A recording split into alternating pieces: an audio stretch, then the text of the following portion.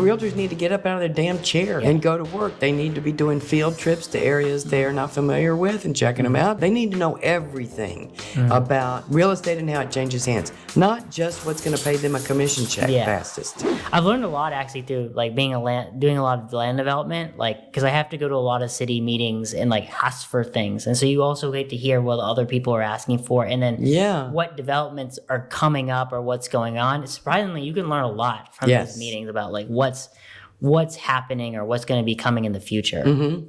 And so there's definitely a lot that you can learn from like going. So I definitely recommend a lot of realtors that it's in your best interest. And even if I think realtors need to get up out of their damn chair and go to work. They need to be doing field trips to areas they are not familiar with and checking them out. They need to be doing field trips to county and city meetings, and they need to take this seriously. They need to know everything about real estate and how it changes hands, not just what's going to pay them a commission check fastest.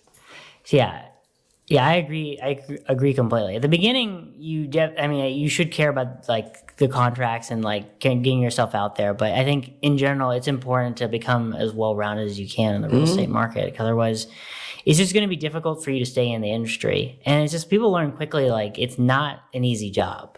No, that's not, why most people that's why they quit after 2 years. Almost 80% of them do not renew at the 2-year mark, which is the first time they have to renew it. It's a huge attrition rate. Yeah. Well, it's also they require another 90 hours, I think, in their first 2 years or something. Oh, that's not that hard. It's not, I know it's not that hard, but it's like if you're doing business. A lot of people they get the license because they think that you just you don't do anything. They had a realtor maybe that didn't do anything, and they think, well, heck, I could do better than that. And they go get a license, and they find out, well, actually, there's a lot to do. There's a lot to do. There's a lot to learn, and it's not easy acquiring time, like acquiring You have to be self-motivated to do it. Yeah, you have to be very self-motivated. Yeah.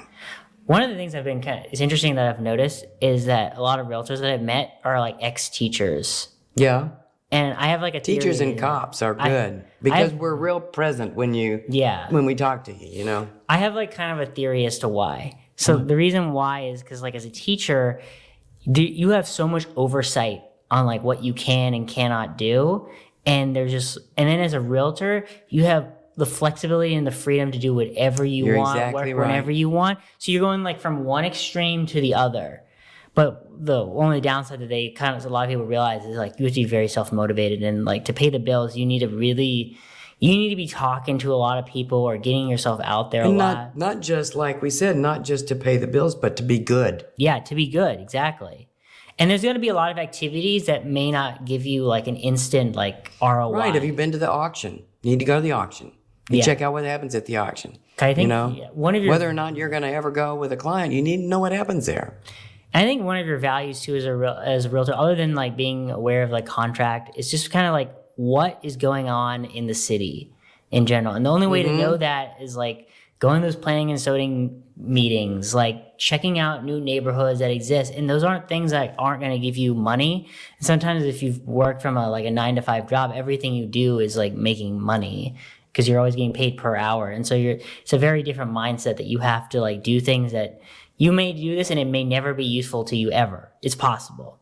It's unlikely because generally it all comes back at some point. But reading Community Impact, reading Austin Business Journal, reading the Real Estate Center, staying on top of everything that's going on. I couldn't agree more.